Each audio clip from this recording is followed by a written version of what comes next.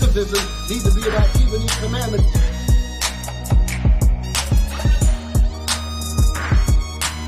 This is not what I expected out of them. The true Bible, the book of our fathers. Right. The Most High has given us guidance on what we need to do. Talk to Eli. Talk to Nashon. Talk to Ezekiel. Shalom, Israel. Shalom, Israel. Most High in Christ bless you all. Welcome to the second edition of our particular series tonight. This is the Bible, the book of our fathers, and we are continuing on with our series. We're looking to do perhaps like a 4-part thing to this because there's a lot of information that we want to bring out. So this is part 2 of our series called Traumatizing Knees of Pressure. Okay, Leviticus 26. That's the premise from which this subject is surrounded. By the way, let's read that. And then, but before we do that, we always have to do it, right, Captain? We got to get it in there. Go ahead. And I'll be back with some more stuff. Let's get this in there. Oh, praise. We are not a hate group. We are not affiliated with any other Israelite group. We're talking about Israel United in Christ now. Go ahead. Israel United in Christ is a non-violent, Bible-based movement. We do not advocate or condone any acts of violence against any race, ethnicity, or gender. We advise that if anyone hears or knows of any plots to cause harm to anyone or to break the laws of the land, you must contact the proper authorities to bring awareness to any possible threat, as stated in Leviticus chapter 5, verse 1, King James Version. You know what? It's amazing that we have to read this because we read this to let the authorities know that we're not out to try to just create ruckus and craziness. We're about keeping these commandments of the Most High. But you got Negroites that this need to be applied to because they will be involved in all types of evil and things of that nature. So, that's why, we would say that Romans 13 is like some Israelites actually hate that chapter. And it's in the Bible. So, that's another show, but we'll talk about that. But getting back to the subject at hand, traumatizing knees of pressure on our people, because that's what it's really about, and this is part 2. First of all, I'd like to, I'm Bishop Yawasop, and Shalom, Israel. Captain Sarai, Most High in Christ bless. Most High in Christ bless Israel. Captain Josiah. Shalom. Officer Eliakim. All praises to the Most High. And also, I want to give a big up to my technical crew, the brothers in the booth. Well, actually, on the camera, it's got Officer Azariah, also Officer Gidron, and Soldier Israel and Soldier O'Shea, Yep, right? yes, sir. Okay, all praise to the Most High. And also want to give a special thanks to our brothers and sisters that support this program and that tune in, and and also I want to thank the scribe. We always have a couple of scribes that I know of one. I think Andrew, the Israelite. He's one of the brothers. I hope I'm saying his name right, because that's who he's scribing. So also I want to thank the Most High for putting the spirit on you brothers and sisters that are in our corner, and as we try to make our way to the kingdom. Y'all helping us and we're helping you. That's what we're trying to do. We're all trying to make it there as a people. This is something that we got to learn. Right. We have to learn how to work collectively and work like brothers and sisters while we're all in captivity, because we all catching hell. So the objective thing would be to work together underneath God's commandments so that we can get the kingdom. All right. It's not an accident that we were brought over here on the slave ships. So let us repent. Let us do the brotherly thing and do the sisterly thing and work together as the men and women of God.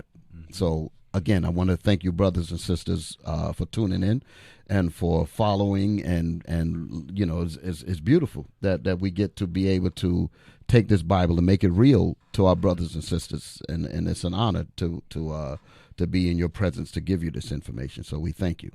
I was looking at one of the comments last week. I'm trying to remember exactly where I saw it, but in a lot of the videos that we do, you always get some scoffer. They'll say something like, "Oh, the Bible is fake. It's a fiction book and all of this." Brothers and sisters, when we go through this stuff tonight, you're going to find out that it's, as if y'all don't already know. Y'all already know the deal. Yeah, but by the help of the Lord, we're going to show you that this Bible is just as real as 3 heart attacks. Yes. So that's never even a question. But I like proving people Right. wrong when it comes to stuff like this here. But anyway, let's get it in. We're going to start out with our video. The first video that I gave y'all. What is it called? This man is off his, there you go, off his meds. Check this out now. Now, before we play it, we were talking about the verdict. Now, this is about 3 weeks ago now that the Chauvin verdict was handed down from the jury, and they convicted Derek Chauvin on three counts. I think it was second-degree murder, and a couple other things. I forget offhand. I write them down, but y'all know them because they said it particularly, manslaughter and things of that nature. So, and then he'll be sentenced probably about another 5 weeks from now, and that might just turn things all around crazy because he might get very little. So black people are going to be upset again. Right. Hispanic people are going to be all upset again. Then at the same time, you have this woman, Amber Geiger. Oh, she's boy. she's appealing. I'm gonna bring that out next week. I ain't gonna mess with it today because I got a lot of stuff on the table now. But she's trying to appeal her case, Right. to get to get out even earlier. So that's a whole, y'all know how that is. So let's get into it. Let's get into it. So this was about the aftermath about Derek Chauvin being guilty. Okay, we're gonna go into all. We're going to touch on some points that we talked about last week, and then we're getting ready to go further into the abyss. When I said the abyss, going deeper into, I shouldn't even call it the abyss. We're going deeper into how the trauma works on our people, and you're going to find out that it is a historical thing of trauma. The trauma is a passed down post-traumatic thing that's carried on to us now, and is very effective, and God has it recorded in the Bible. So we're going to deal with those points on this program today. Okay, let's get the video going. Come on. And now I'm going to just get really selfish. I'm glad that he was found guilty on all charges. Whoa. Yeah. Even if he might not be guilty of all charges. Whoa. Stop. Oh, boy.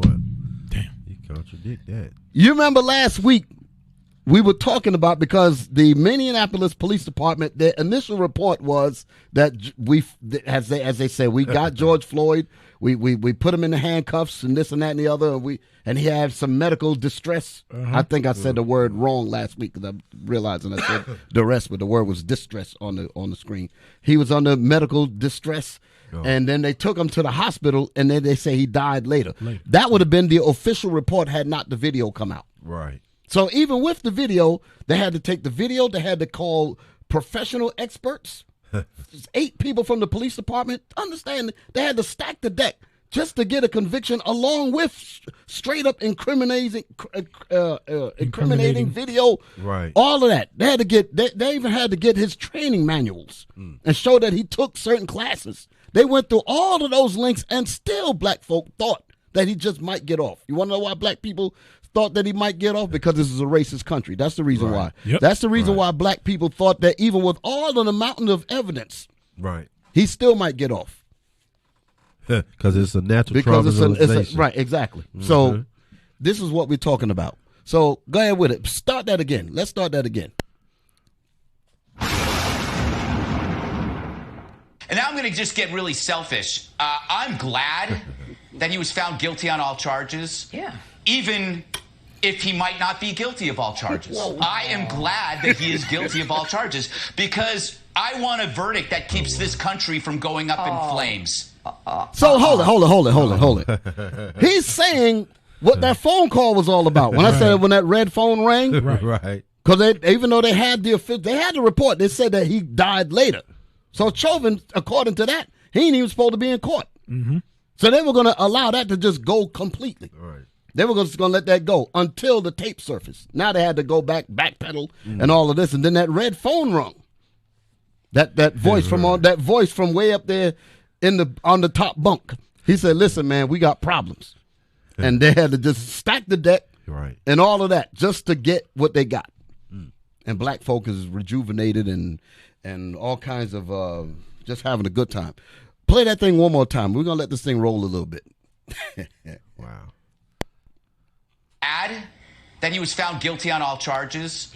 Even if he might not be guilty of all charges. I am glad that he is guilty of all charges because I want a verdict that keeps this country from going up in flames. Oh, my goodness. No. Look, Greg, listen. What do you mean? No, I'm at least being honest. My neighborhood was looted.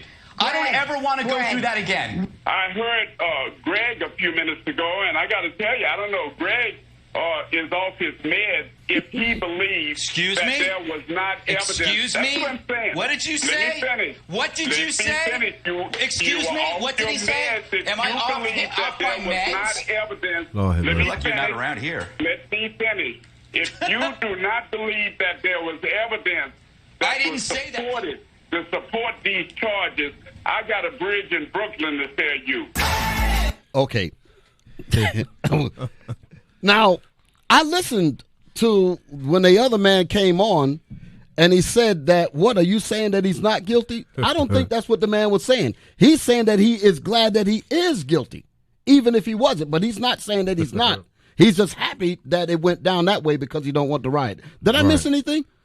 No, you hit it back right. it up again. Back it up again. Listen to when that other person comes on. Because the guy that said that, he said, that's not what I said. You know? Right. So go ahead and let that ride. Excuse me? What did you say? Look, Greg, listen. What do you mean? No, I'm at least being honest. My neighborhood was looted.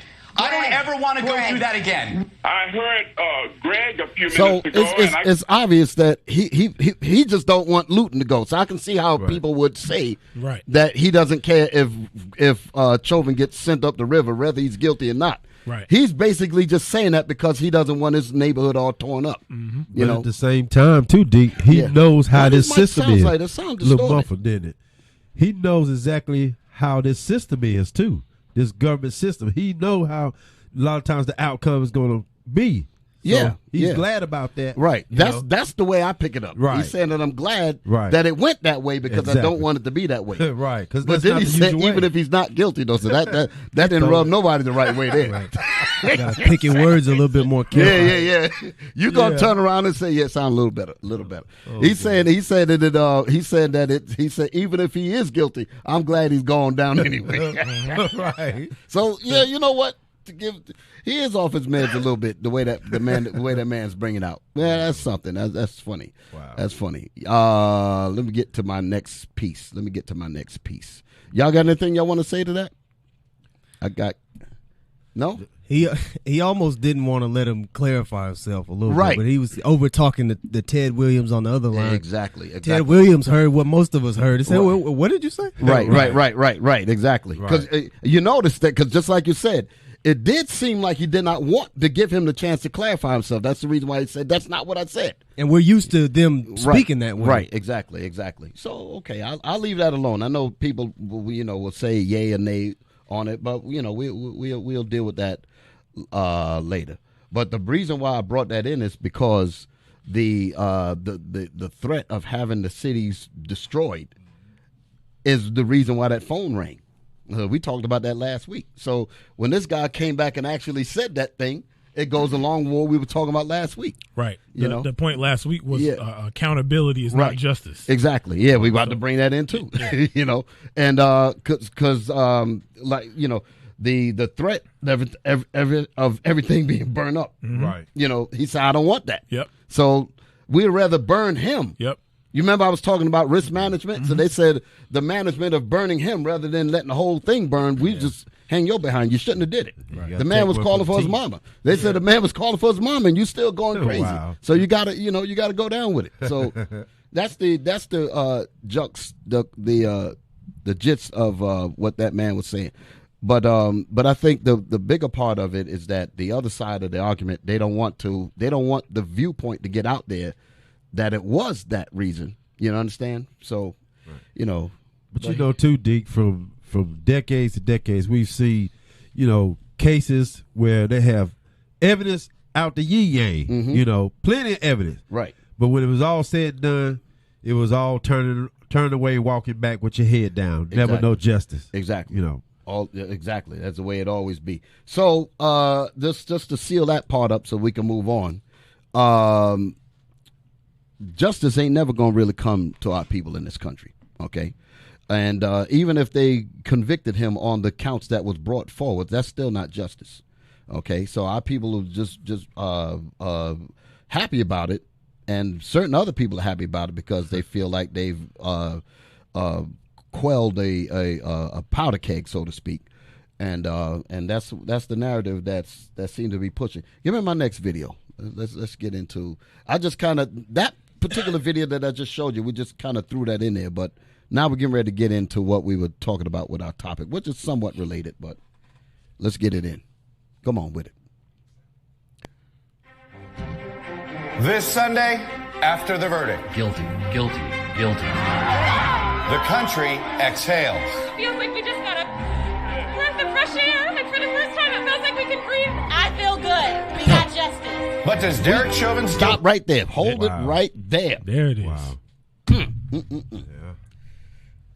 A whole lot could be said about that. You see, the black people, we can breathe. We got justice. All of that just came down the line. But then the man that's out there on the news, this is MSNBC. That's with their cameras, right? Or NBC, Meet the Press at NBC. Okay. So you have the news. Yeah, NBC, I see it up there. NBC News. So here you have cameramen that's on the scene out there with the protesters and everybody gathered together. And while this is happening, you got the people jubilants in the street and all of that. Right, so you got the cameras out there recording the jubilants and everybody happy. We got justice, we can breathe and all that. Then all of a sudden there's look like Esau with that hand there, holding up that sign, and it says accountability is not justice. Wow. For him to, number one, for him to hold that up there, he's basically saying that the intelligence of the people is stupid. That's the first thing he's saying. He's making that statement. But for the cameraman to get it, for the cameraman to put it in his camera, and then they go back to the editing room. See, a lot of things happen before things hit the air. They go back to the editing room as they're putting their pieces together to put the video up for the nightly news. Right. There's clips coming from this desk over here, from that desk over there, from this one. This one got something, and they all trying to randomly assemble the edit. Mm-hmm. So there's a major editor that says yes to this, no to that. We're going to accept this. We're going to say no to that. So those decisions are made by the chief editor. When he sees this, he's looking at the beginning parts of it. Run it back again, because I'm going to explain this thing. I'm going to show you how the news work from the beginning. Play that. This Sunday, after the verdict. Guilty, guilty, guilty. So what you're seeing here is jubilance. Everyone's happy. Go ahead. The country exhales. The country, hold it. The country exhales. Wow. So everybody's happy. Everybody's in jubilation. Yay! Oh, wow. Go ahead, play on. Got a breath of fresh air. And for A the breath first of time fresh it feels air. like we can breathe. We can breathe. Look at her. I feel good. Go ahead. We got justice. We got justice. Stop. So basically, this is the smackdown. Yep. This is the smackdown. Here you going up for the layup, and then somebody go bam, and then the basketball go well somewhere. That's what this is, and the editor allowed it, thinking that everybody ain't gonna catch this. This is gonna go over most people's head. Nobody's gonna realize that there's two different definitions to that. You heard the preacher last week talk about we want accountability. So everybody's thinking that accountability is justice. Accountability is not justice.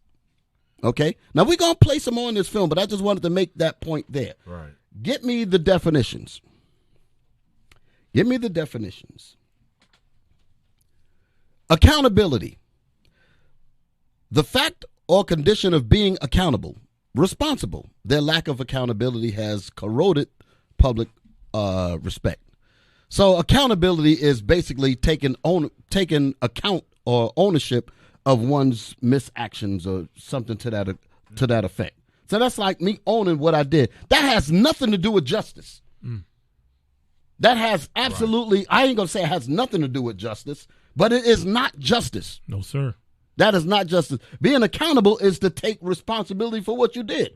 But who determines what the response? Who determines your level of accountability? That's left off the table. Most people will say, "I'm sorry. I own it. I'm accountable," and you just say sorry, and says, see, I'm accountable for it because this is what I did, and I'm holding myself accountable because I'm saying I'm sorry. That has nothing to do with justice. Justice is making things equitable, making things restoring the wrong. They can never restore the wrong that was done to black folks. Right. They can never restore the wrong that was done to Hispanics. Right. They can never restore the wrong that was done to the Native American Indians to whom this land belongs to. So justice and accountability are two different things. And for the editor to allow that clip to get in there, he's basically saying that you people are stupid. That's what he's saying. I don't want to say it that way, but that's basically what he's saying. You got something, Captain? I see you digging in your phone. Because that's Josiah I'm talking about. You looking up something? Yes, sir. Go ahead. Okay. Go ahead. So you see that for them to focus on that sign. The man with the camera, he recognized. He said, "You know what? This right here is totally different from the vibe going on here. But I'm gonna keep this in the camera, and I'm gonna present this to the chief editor to see if he will allow this to be on the nightly news." And they have allowed it because most of our people don't catch things like that. Right. Well, I don't want to say that. I'm not trying to insult anybody's intelligence. But for these people to do that, that's what they're doing. They're measuring our intelligence. That's what they're doing. They're saying that we can do certain things, and over time we can put some sugar coating on it, and you'll just go along with it. You know, and that's the way, and that's how they test the intelligence of people. And it's important for them to do that, to test the intelligence of people, so that they can know what programs to roll out. They gotta feel the test. They gotta feel the people's minds, right, before they can decide what game they want to play. So these are byproducts of that. I hope y'all can understand what I'm saying on that level. Okay. So now give me justice. Or did you find what you wanted? Well, I was just actually looking up as you were speaking about accountability. Mm-hmm. I was looking up because I couldn't exactly remember what Derek Chauvin pleaded to. Right. It looks like he was trying to plead guilty on third degree, Mm-hmm. which would have eliminated him from getting any federal charges. Wow. But they blocked him from doing that. So, I was just trying to, in terms of accountability, to see what accountability he was actually trying to take on himself. But he didn't plead guilty at all. Right. He didn't even plead guilty. No. So they just had to throw the charges at him and just. Right. It looks like he tried to, but in the end, wow, they didn't. Wow. So, yeah. Check that out. We got more for you, brothers and sisters. Don't go nowhere. Now, justice. Go ahead. Justice. Just behavior or treatment. Just means equitable. They got the words. They got the words down there. Right. Fairness, fair play, equity, legitimacy, soundness, justification, validity. You see that? Right. Yes, sir. That's what justice is. And that's just a loose definition of justice because God has justice in the Bible. We're going to read about God's the justice in the Bible. But let's go back to the tape because there's more in there. There's more in there. We're going to deal with this issue of justice a little bit more. Let's go back to the video where we stopped at. Let's play on. We're going to be on this video for a little bit. Does guilty verdict indicate real change? Or was So it the an question was, isolated did it, hold it, because you missed the word. It said, let's play it again. So I don't have to screw it up. Play it again. Hit it. But does Derek Chauvin's guilty verdict indicate real change? That's the question. Does it indicate real change? Some people think so. Mm-hmm. Some people think that this is the beginning of change. Right. This is all a facade, brothers and sisters. Why? Because if they really, because I know nobody's going to really like me saying this, if you really start to change this system, it's going to fall. Right. Yep. It's going to fall. It's like taking a gasoline engine and trying to make it run on tea or soda. It's not going to happen. It must continue to use the fuel that generated the engine to work in the first place. You can't change the fuel and yet keep the same engine. Right. The same systems that are set up require racism to keep them afloat. You cannot change that and expect these things to stay up. But they have to play a mind game on the people to make you think that they are doing it just to keep you happy. Meanwhile, at the same time, your sons are dying. Right. Your daughters are dying. Your kids are being malnutrition. Your fathers are all jacked up. Yep. The reality still kicks in the behind.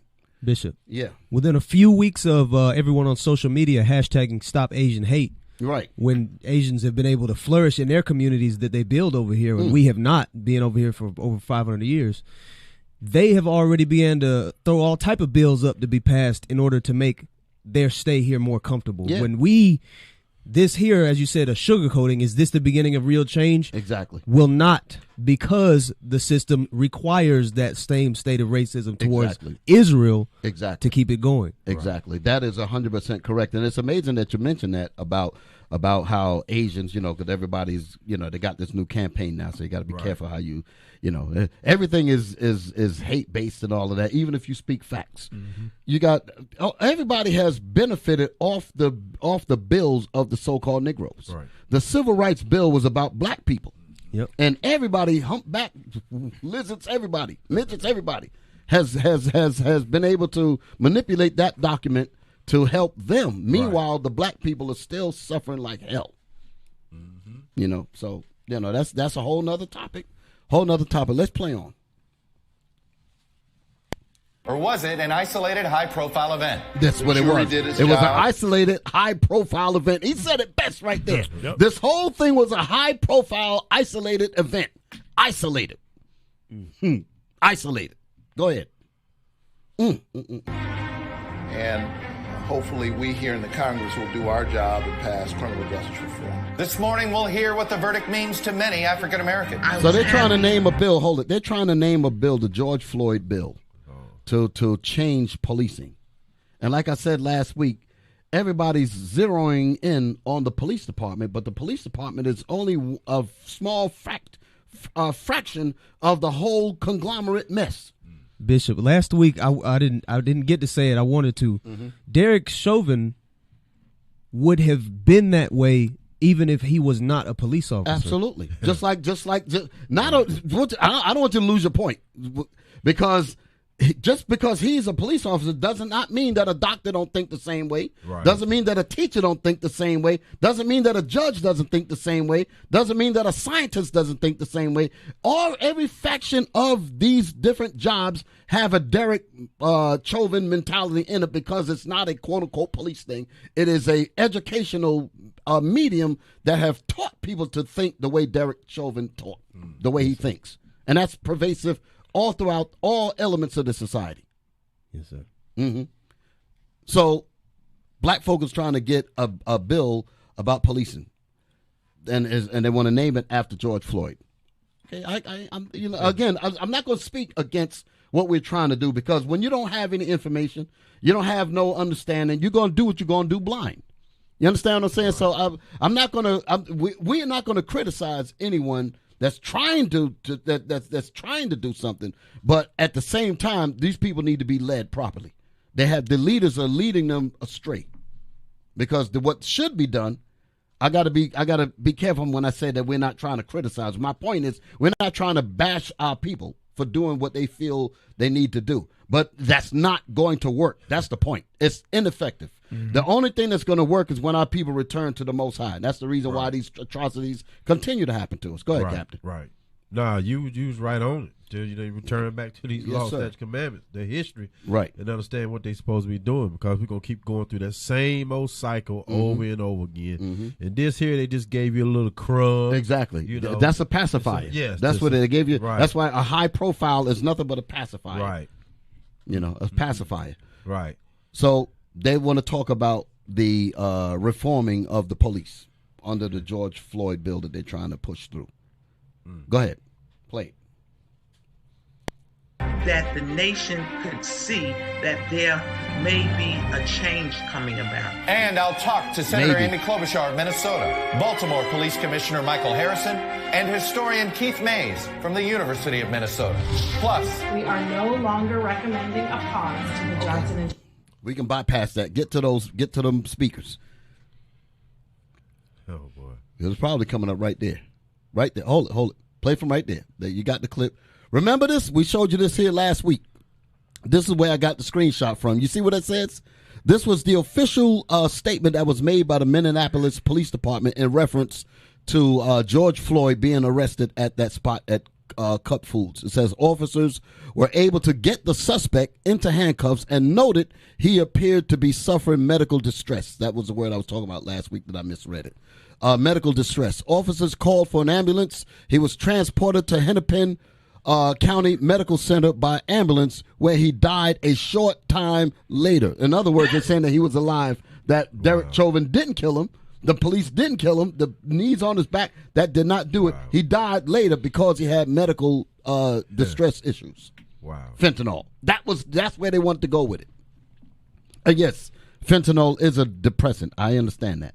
But when it comes to us, you know, cause it is, because you know, you got stimulants and you got depressants. Right. Fentanyl is a depressant. But the way they have it, the way they have us pegged, hell, we can drink water and become violent. Yep. Right. So it doesn't. You know, they say, "Wow, you crazy anyway." So it doesn't matter whether it was. You know, they'll attribute anything to us because the educational system told them to view us in that fashion. Right. But go ahead. You were gonna say something? The fentanyl is what killed him, not being choked by a grown man resting his knee on your neck. Exactly. That didn't do it. And you Negroes are crazy for believing that. Go ahead. That's what they're saying. Play on. And noted he appeared to be suffering medical distress. Officers called for an ambulance. He was transported to Hennepin County Medical Center by ambulance, where he died a short time later. Not hold it now. They said that officers called, so that exonerated them from any kind of what's the word? Malpractice. Yeah, any kind of force. You know, I forget the word, but it exonerated them from any wrongdoing on him by saying that he did the kind thing by calling the ambulance, where he died later out of our care. He died in the hospital. We had nothing to do with it. Wow. Let's go home and have the best sex ever. You remember? Hey, that Bishop played. Hey, brothers listening to me to say, what the hell is Bishop talking about? Bishop last week played a video where there was it looked like some kind of conference going on, and a cop that was in the front, right? Y'all, I vaguely remember it. I remember the speaker. He said that. What did he say? Do you remember? What did he say? Because I don't want to get it wrong. He said people act like we come home and we're trembling and we're scared and crying, but in reality we go home after doing this violence. What kind of violence was he talking about? Police brutality. Huh? We got the video. Throw it up there. Lord have mercy. Wow. Just throw it in the mix. Bring it out. Lord have mercy. Listen to this thing here. Wow. We're gonna clear it up now. We gotta just bring this mess out, man. The facts on it, huh? You know, man. This was absolutely Click that thing. Listen to this. That ain't it. All right, hold on, brothers and sisters. We got to get it. This is somewhat off the beaten path, but we're gonna be all right. They said we called the ambulance for the poor guy because he was in medical distress. Right. Not saying that the medical distress was him being suffocated by y'all. They left all, and that was going to be the official report. So what in the world are we talking about? We got justice and we can finally breathe. That's what I'm talking about. It's an insult. It's an insult. Wow. Now let's see what we got here. Come on. On the road for 18 years. People know me. They trust me. I get a depth of information. I ask questions other people won't ask. Cop says knockdown, drag out fight, cuffed them and stuffed them. Finally get home at the end of the shift and cop says gunfight, bad guys down. I'm alive. Finally get home at the end of the incident and they all say the best sex I've had in months. Both partners are very invested. So they get adrenaline out of that thing. So when they were beating the hell out of Rodney King with the rope around his neck, they all had a heart on. Yep. Best sex ever. They were like, I can't wait. When we're done with this lizard, we're going home to blaze the wife up. Wow. Come on, let's get it going. I just roped the nigger. Right. That kind of thing. That's that's where we at. I know a lot of people, you know, I always try to think about that sensitive Negro out there, the simp. They'd be like, why are they talking like that? So I'm trying to reach him too. Trying to get him out of the simp mode. Right. Come into reality, brothers. This is the life that you're living. Wow. Okay? This is the reality. All right, let's get that. Script real quick? Yeah. Come on with it. Give me, I ain't even bringing any scriptures out yet. Isaiah 32:5. Yeah, let's get it. The book of Isaiah, chapter 32 and verse 5. The vile person. The what? The vile person. Go ahead. Shall be no more called liberal. And you see that? That's why Bishop is bringing these things out. Through the prophets, the vile person, this man Esau, shall no more be called what? Liberal. Go ahead. Nor the churl said to be bountiful. Now notice the description the Most High gives him. Read it from the top one more time. The vile person shall be. Can we get the definition real quick? Can we get that real quick? The definition of vile. Read it one more time. The vile person shall be no more called liberal, nor the churl said to be bountiful. Read on. For the vile person will speak villainy, and his heart will work iniquity. His heart will work iniquity. It's iniquity constantly in this man's mind. That's why we read the statement earlier. Oh, he appeared to be under medical distress. What the hell are you talking about? It's 3 of y'all on this man's back, one on his neck. He appeared to be. So let's get it real quick. The vile definition. Definition of vile: extremely unpleasant, foul, nasty, unpleasant, bad, disagreeable, horrid, horrible. Hey, I seen one. Go back. Go open that. Yeah, right there. Morally, right there. Morally bad, wicked. Go ahead, Bishop. You mentioned about vile and the way they dealt with George Floyd. And he ended up at the hospital medically distressed because he needed air. Right. Because he needed water. Right.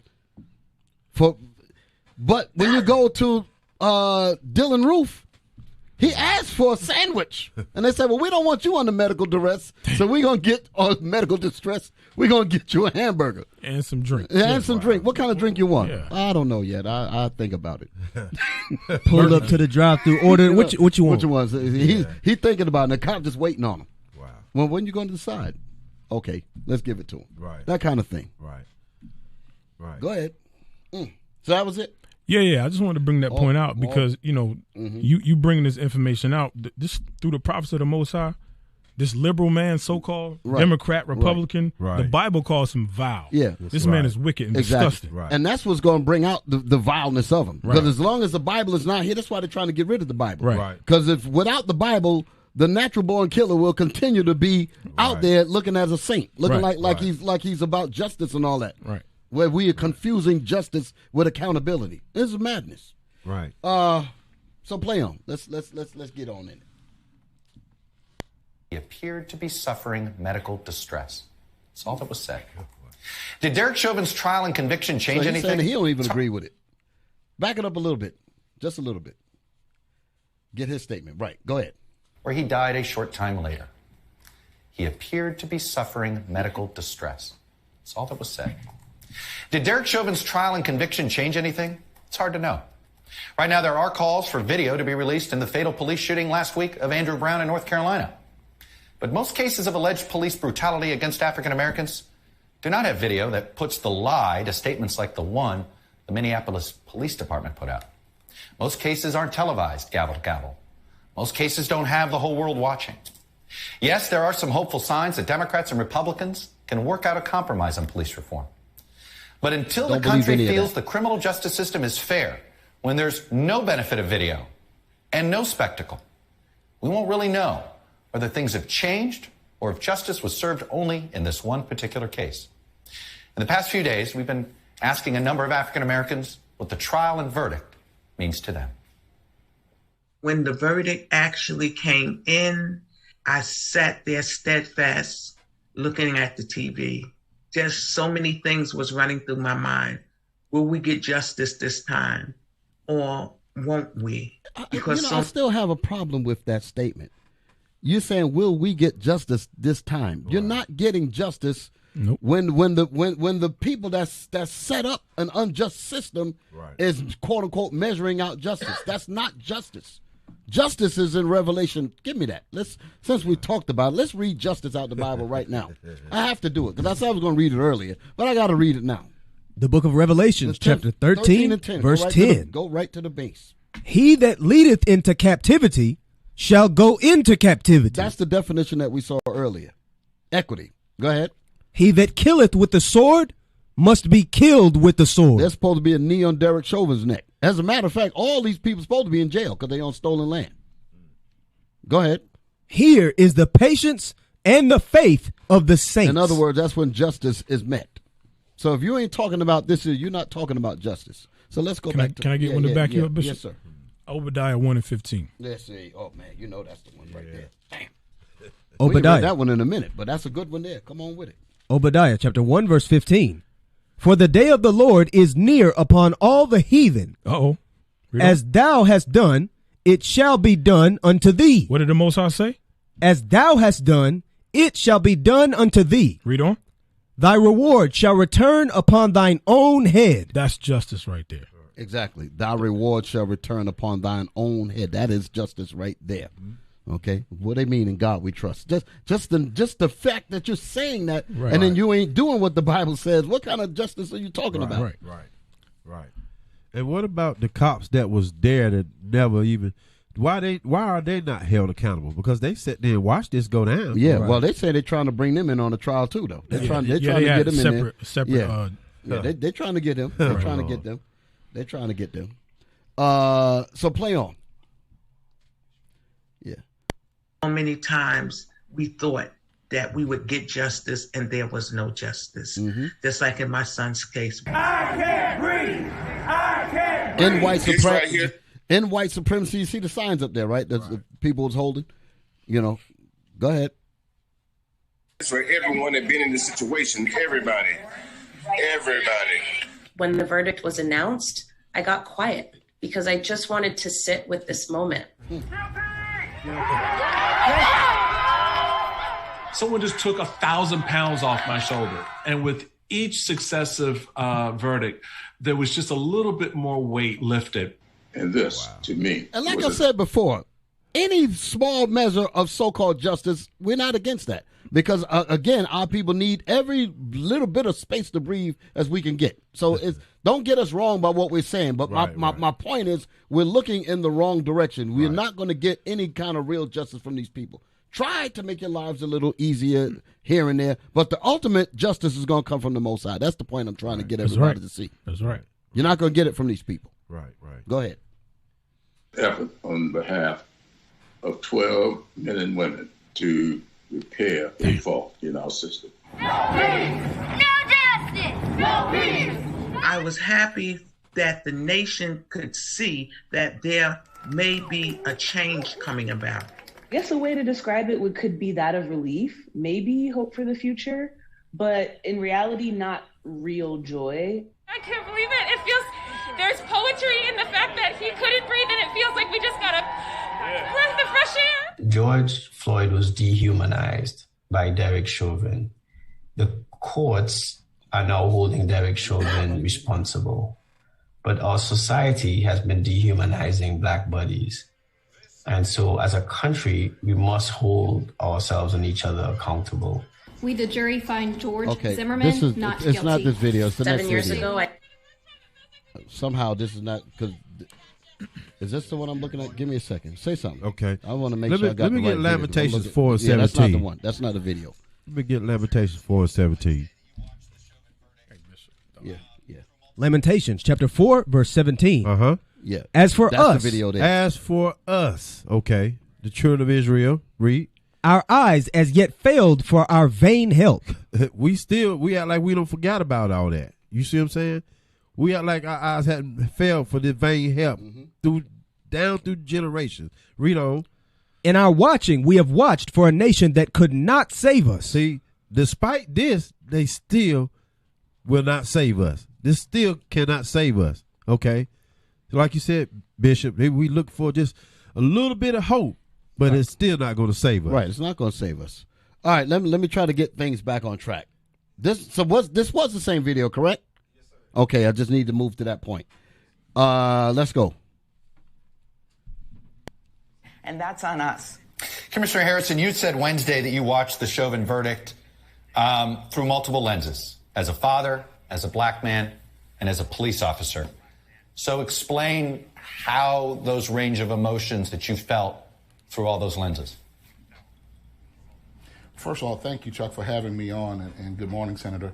I had to watch this through multiple lenses. I am a police chief now of 2 major American cities. But before becoming a police chief or a police officer, I'm an African-American man who grew up in an urban city. I am the father of 2 African-American children, my son and my daughter. And so I had to look at this through multiple lenses. I agreed with the verdict. It was the right verdict on all 3 counts. And as a chief, I had to anticipate. He said that he agreed with the verdict on all 3 counts. This is one of those cases where we give you a set of circumstances, and you have to decide on that. Oh, wow. So the real measure of justice is not even in the room. So you have to make a decision based on what they give you, and just because you get that, you actually think you got justice. Wow. Go ahead. What would happen and prepare my department for what could happen if that verdict did not come that way. But not only hold it. These are points I wanted to get to. He said that he had to prepare his department for if the verdict did not come that way. This again goes to that point that I was making about that phone ringing, because they did not want that thing to go wild. Again, it's one of those like we said, it was done for a high profile, once in a lifetime event kind of thing. That's what they're saying here. Play on. So you got that point. Like the reporter earlier, he talked about, I'm going to be selfish for a second. Exactly. I'm glad, because my neighborhood was looted last time. Exactly. He's basically saying the same thing. Yeah. Go ahead. Was it the right verdict? I'm very pleased as a police chief to see that verdict, and I'm very pleased as an African-American citizen in this country to see those 3 verdicts. All right, play on. I know, right. So we made the point about this. He said that he wanted to, get to the next point. Right, back it up. I'm going to it's right after this. As a matter of fact, you're going to play from right where you stopped at. But the point that we were making, because I want that dude dead, that's coming up, right after him. We're going to play from there. Don't move it. So the point here is that he's making a point that he had to prepare his department because he did not want things to go crazy like they always do when people just sense that these people ain't trying to deal with us at all. So play on. As an African-American citizen in this country to see those 3 verdicts.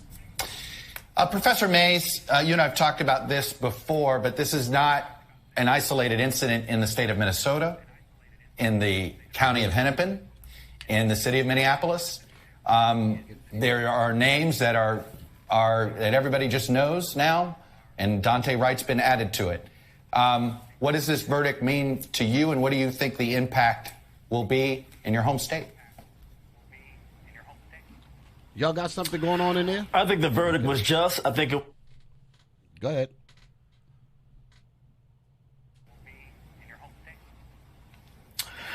I think the verdict was just. I think it was correct. It was right. But here's the thing, Chuck. 6 black people lost their lives at the hands of police after the verdict. So what does that suggest? That's the point right there. Hold it right there. Wow. He said that right after all of that jubilance, all of that rejoicing, 6 people, talking about us, lost our lives immediately. 6. Right. Back it up just a little bit. Listen to what he said. The verdict was just. I think it was correct. It was right. But here's the thing, Chuck. 6 black people lost their lives at the hands of police after the verdict. So what does that suggest? That suggests that suggests white supremacy. That's what it suggests. Accountability. All that message went out the window. Yep. Right. Bishop, they knew that red phone rang, like you mentioned earlier. Just make one of them look like we're going to slap on the wrist. Right. So that we're going to keep doing it. Right. We're going to keep killing them. But they're not going to be as mad. Right. They're not even going to know about it. Most people probably didn't even know about them 6. About what he just said there. No. Go ahead. We now hear that Merrick Garland and the DOJ will come in to do another investigation. But they did one in 2015 in January. And then tragically, we lost a young man named Jamar Clark. And then the DOJ came in and did another study about police accountability and police misconduct. And then we had the murder of George Floyd in 2020. Now the DOJ is coming back again. And so the beat goes on, Chuck. I think we can celebrate the verdict in the Chauvin trial, but the question must be asked, will police behavior really change? And since that verdict, which was rendered on Tuesday, all the evidence says that nothing has changed. And so we definitely have to pass Hold it. He said nothing has changed. That's the point right there. Right. It's nothing. Just like I said earlier, the same fuel that it takes to make this engine run is the same fuel it's going to continue to require to keep it in operation. Wow. Go ahead. Hey, can you take it back just a second?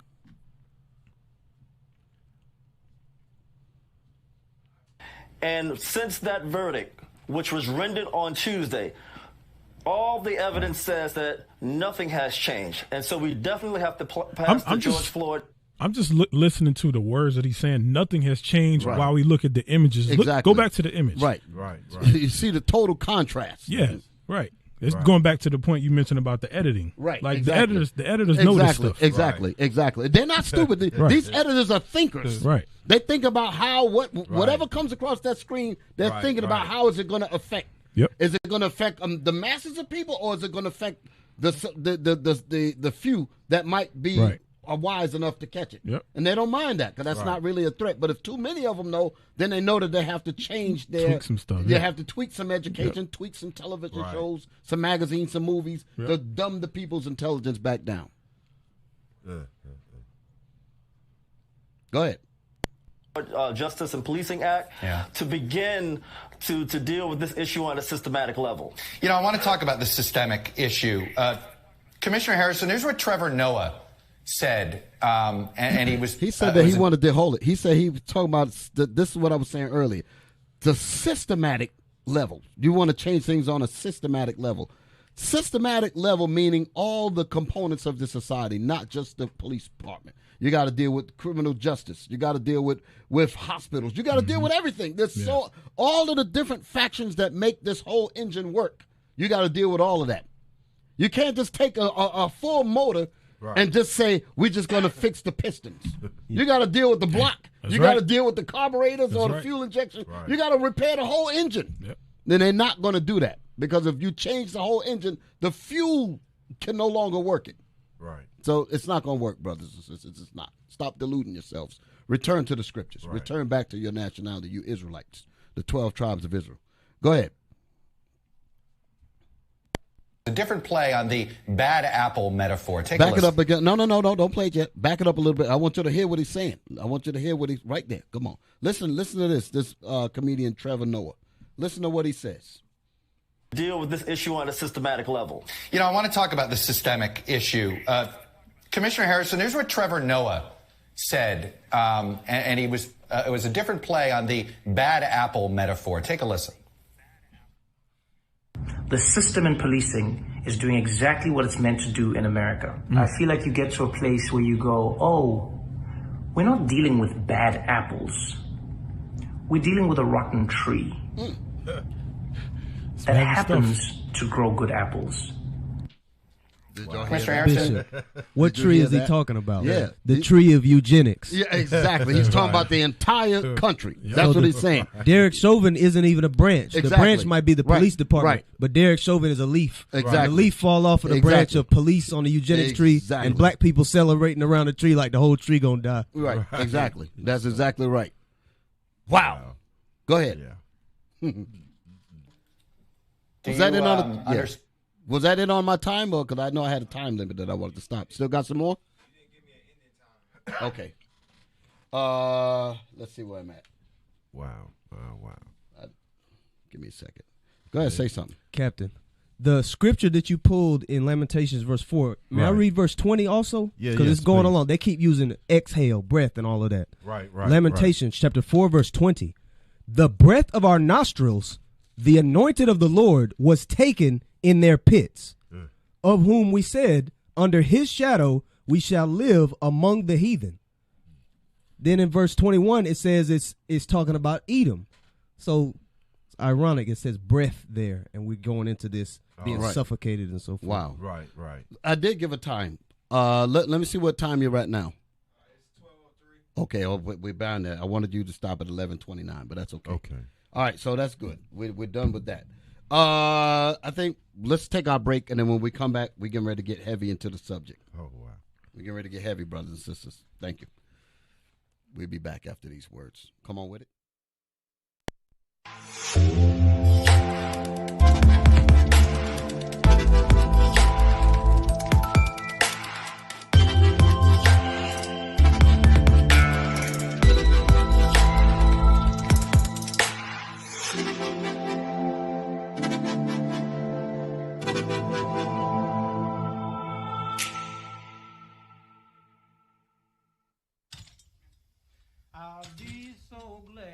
On September 28, 1868, and April 13, 1873, hundreds of blacks lost their lives being used by the Republican Party to gain power in Louisiana.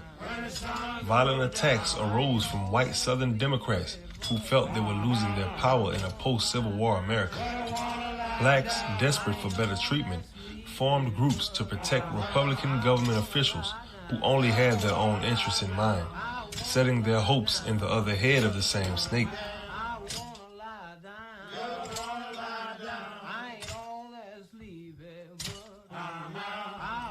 Because of this, two violent hate groups, the White League and the KKK, formed militias to mobilize against blacks and put a stop to their efforts in getting better treatment. The terror lasted for weeks, with hundreds of blacks being killed in retaliation for standing up against oppression. In both cities, black families were shot in public, killed in house raids, hanged and drowned in the Red River that borders the city of Colfax.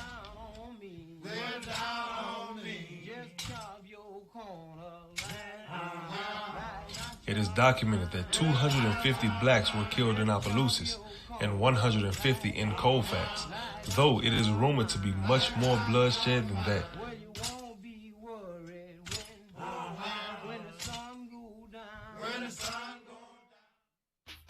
We used to scream black power while heroin was pushed, but at the end of the day, nothing's in vain. IUIC has been given a vision. The tents of Judah has risen. Many has attempted the mission. Minor murmuring, omitting, and missing the mark. Just reading that he had the flame of fire in his eyes gave us the spark. We on Paul's mission. We out on the road, purple and gold. From Mexico, Cuba, Haiti, Ghana, Sierra Leone. 144,000 boots banging, concrete crackling. These are our men repented at heart. The scriptures is proof. IUIC, we deliver the truth.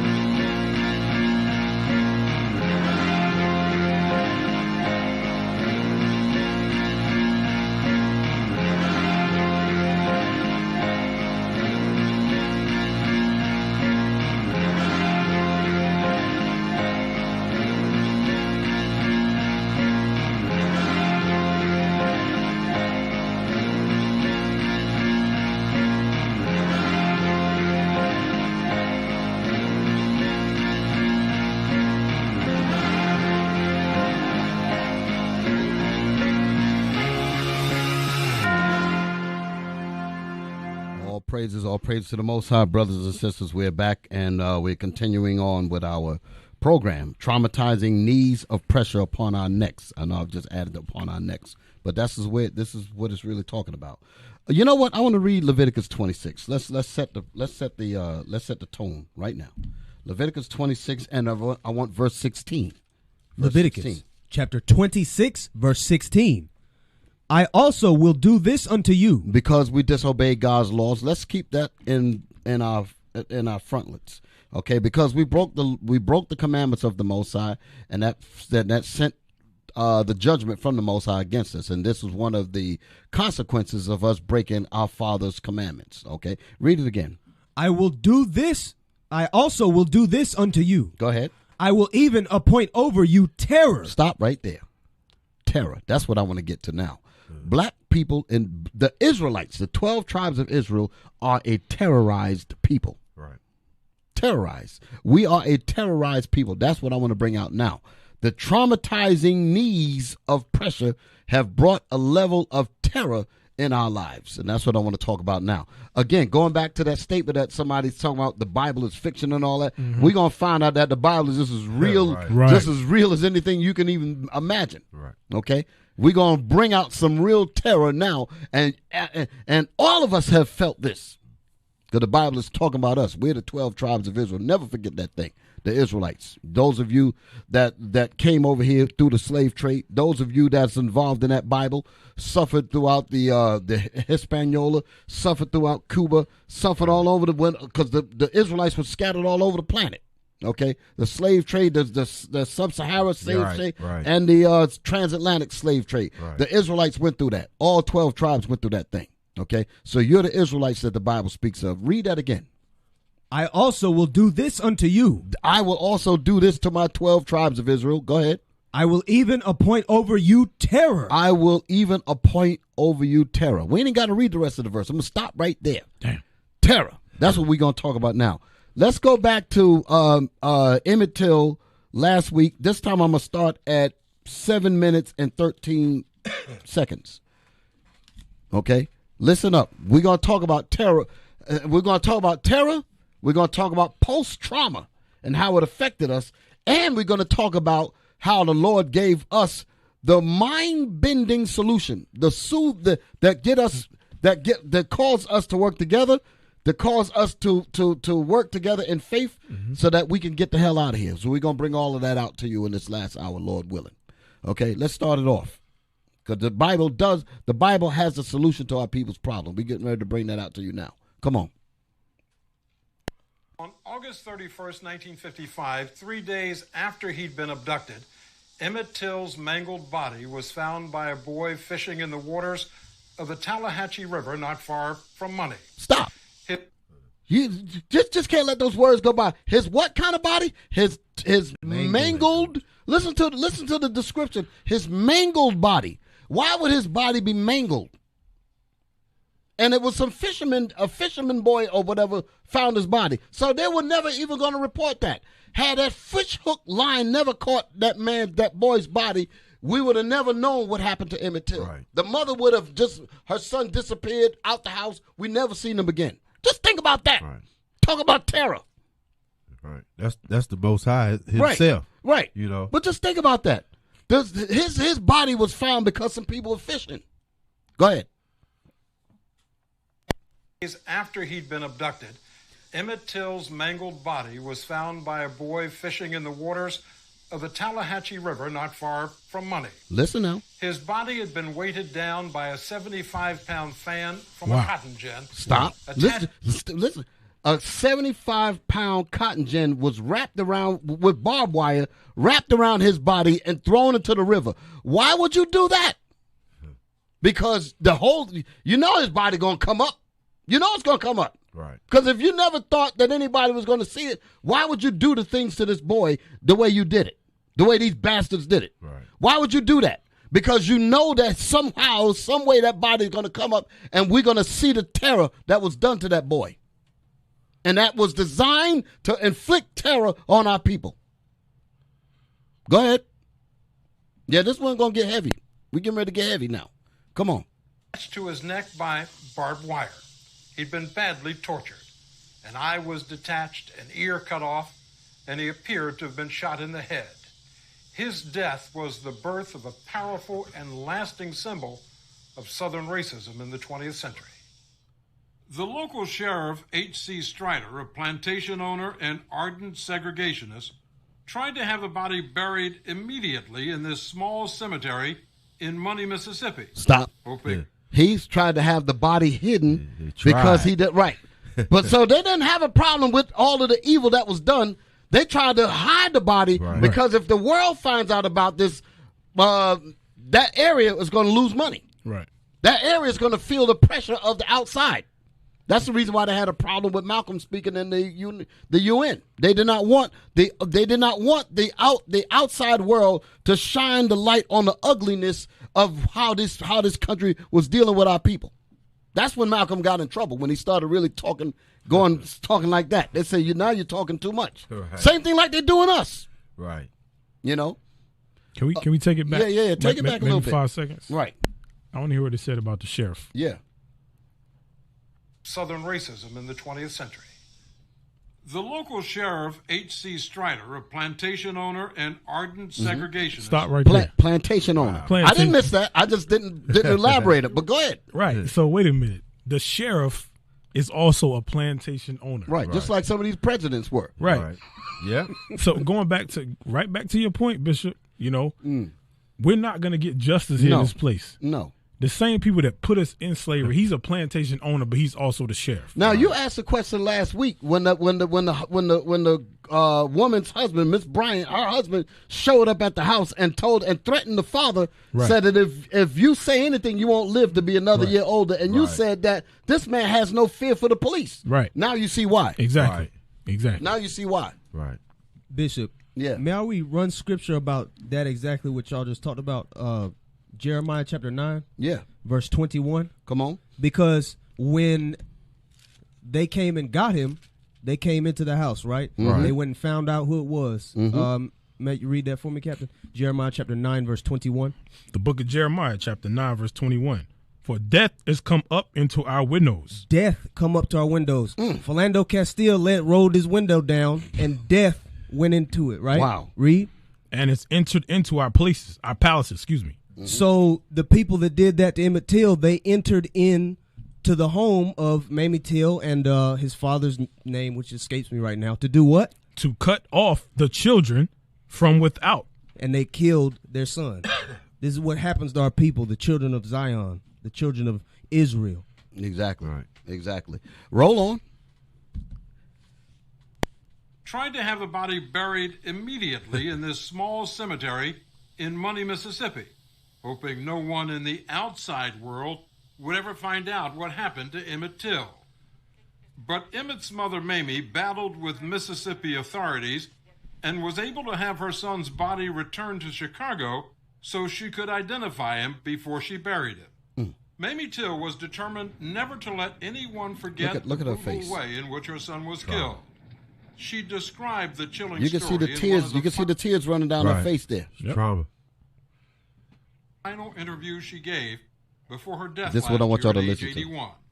I looked at the bridge of his nose, and it looked like someone had taken a meat chopper and chopped it. And I looked at his teeth because I took so much pride in his teeth. His teeth were the prettiest things I'd ever seen in my life, I thought. And I only saw two. Well, where are the rest of them? They'd just been knocked out. And I was looking at his ears, and that's when I discovered a hole about here, and I could see daylight on the other side. I said, now, was it necessary to shoot him? That's it right there. Stop right there. The question that she asked, she said, was it necessary to shoot him? The answer is, according to them, yes. Right. Why? Right. In other words, it was absolutely necessary for us to do all of the evil that we did to him. Why? To inflict terror. Read that Leviticus again. Leviticus. That was the purpose of why. She's asking why. The answer is because the objective of the evil that they did, like when they dragged Bird behind that truck in Jasper, Texas, that was to inflict terror. What are you talking about? The Bible ain't talking about us. Read that thing again, man. Leviticus chapter 26, verse 16. I also will do this unto you. I will even appoint over you terror. Read it again. Terror what? He will appoint what? I will even appoint over you terror. Terror. Terror. Spell it. Terror. That's terror. The root word of terrorism. That's okay? right. So the terrorists is these damn people that right. Bring it up. It's these people that's inflicting terror on us. Hey, I can use the word damn. So I gotta worry about stuff like that because we get all sensitive and all of that. But that's exactly what we're dealing with. Right. We're dealing with a terrorist organization. Right. Read it again. I also will do this unto you. I will even appoint over you terror. I will even appoint unto you a perpetual hatred. Terror. Terror. Terror. So our people are terrorized. So that's the reason why they tied a 75-pound gin fan around his neck with barbed wire to rip his body up, barbed wire, and throw him in the river, knowing that his body was going to come up and that the parents will see that and be forever tormented, be forever terrorized. This is what's wrong with us. a terrorized people. And we up there expecting justice. No, man, we're not going to get it here. Right. God got to bring the justice. That's the only way we're going to get the justice. Now, give me my next video. Give me my next video. Give me my times that I said. Did I give you time? Start at 3:18. Listen, because now we get ready to get into it now. Listen now. We get ready to get into it. Come on. This right here is about Darnell, the witness that recorded George Floyd's death. 17 years old.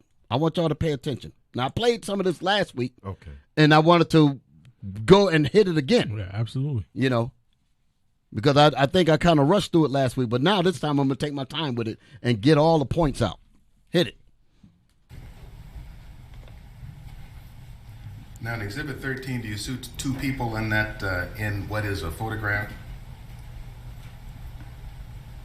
Okay. Yes, but I also see two people back there, if that counts.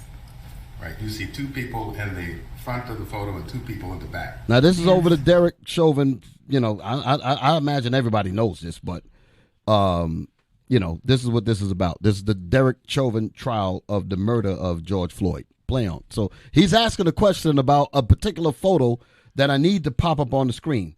I think they're going to show it, so they're going to get it cleared up. So keep on playing. It's going to pop up. Is this photo a true and accurate depiction of you and your cousin in the front of the photograph on May 25th? Yes. Your Honor, I'll offer Exhibit 13 in the evidence. No objection, Your Honor. 13 is received. Would you like me to publish? Yes, Your Honor. Thank you. All right. Now, the jury can see it, too. Now, this is a screen that you can actually mark on. And so if we see the two people that are right here in the front of this picture, there's a little girl with the word love on her sweatshirt, and there's another person next to her. One of those persons you? Yes. And which one, the bigger one or the little one? The bigger one. And this is your cousin next to you? Yes. And is this as you walk into to Cup Foods? Yes. So they're walking. They're walking past the. You see the car doors open on the police cruiser on the truck there. You see it. So George Floyd is on the other side of that truck being squeezed to death. Wow. And these kids, they were walking. The 17-year-old and the sister here. They're walking towards the Cup Food store, and she notices this. The older one, she notices this, and her objective is to protect my young cousin from seeing this. And I talked about that last week because that trauma is evident all the way from back in slavery up to now. Go ahead, play on. Show you what we marked as Exhibit 16 for the trial.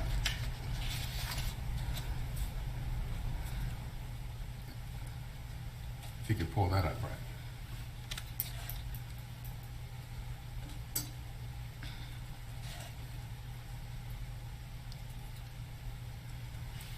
He's sitting there with his suit on. Now, is this a video that you've seen before? Yes.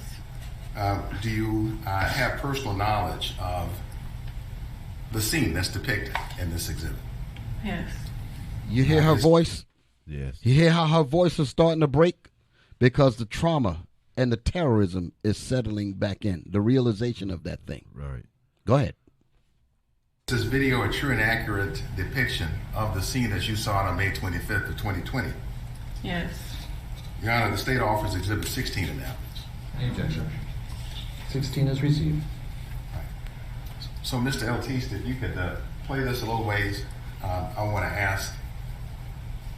So that's another angle. So we can see with the jury, two people walking from the left to the right. There's a little girl in the green shirt, and there you are. Do you see him? Yes.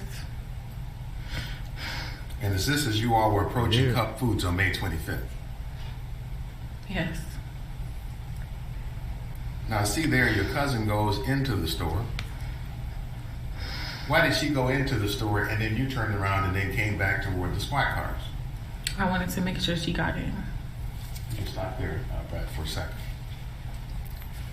When you walked past the squad car there, did you see anything happening there on the ground as you were walking towards Cup Foods with your cousin? Yes, I see a man on the ground, and I see a cop kneeling down on him. Was there anything about the scene that you didn't want your cousin to see? Yes. And what was that? A man terrified, scared, begging for his life. Is that why word terror. you directed your cousin to going in to cut food? Stop. Speak on it. Yeah. She said she seen he was terrified. Right. Okay. Biblical prophecy again fulfilled. Right. Moses said he would appoint over us terror. So she saw it in George Floyd when she walked by. Spoke it right out of her mouth. Yep. So you say the Bible's fiction? Right. Where they getting this stuff from? Right. No. That's for us. They know it ain't fiction. Right. They want us to believe it because they think that we follow them so much. If they say it, then we'll say it. Yeah. Wow. Play it. Yes. And then when you saw what was happening there at the scene, what was it about the scene that caused you to come back? It wasn't right. He was suffering. He was in pain. Let me stop you there for just a second, Donnell. And so when you say, first of all, he, are you referring to the person you come to know as George Floyd? Yes. Did you know anything about Mr. George Floyd before May 25th? No. Had you ever met him before? No. Ever seen him before to your knowledge? No. So when you came back to this scene here that we can see in Exhibit 16, what did you do when you first got there and we see where you're standing? What did you do? I pulled out my phone. And what were you doing to pull out your phone? Recording and capturing what I was seeing. And we have already admitted into evidence in this case the video which you had done, which was our Exhibit 15. That's in evidence. So tell the jury what you observed, what you heard when you stopped to look at what was happening there at the scene. I heard George Floyd saying, I can't breathe, please get off of me. I can't breathe. He cried for his mom. He was in pain. It seemed like he knew. He knew he was over. He knew he was going to die. For him. He was terrified. He Terror. was suffering. This was a cry for help. Definitely. Yeah. Muriel disregarded any opinions about how Mr. Floyd was feeling, but you can rely on her observations. Mr. Blackwell. Thank you, Your Honor. Donnell, let me show you for a moment. We'll come back to this discussion. Let me show you Exhibit 17. That's also already in evidence.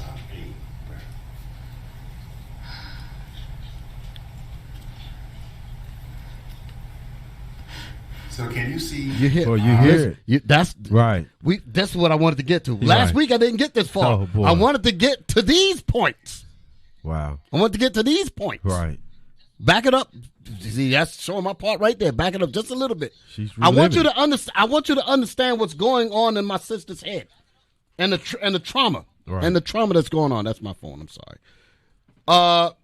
Play it again.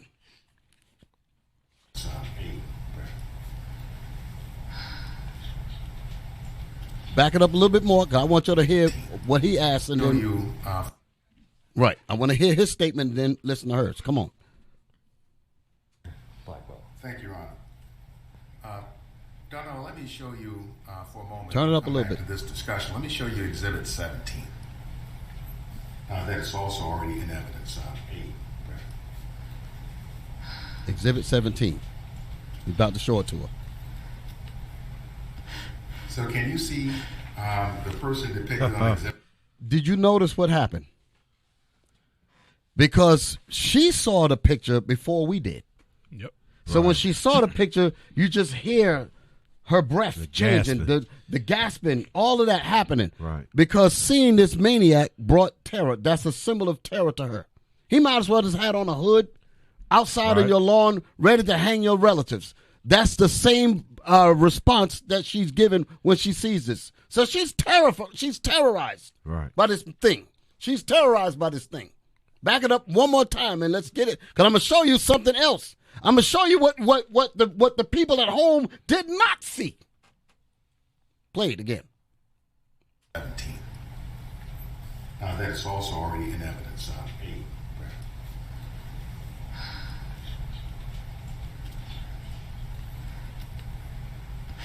So can you see the person depicted on Exhibit 17?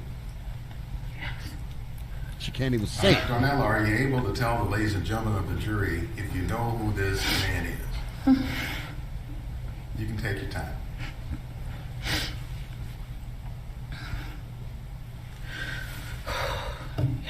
Yes. Please tell the ladies and gentlemen, who is this? This was the officer that was kneeling on George Floyd's neck. On May 25th? Yes.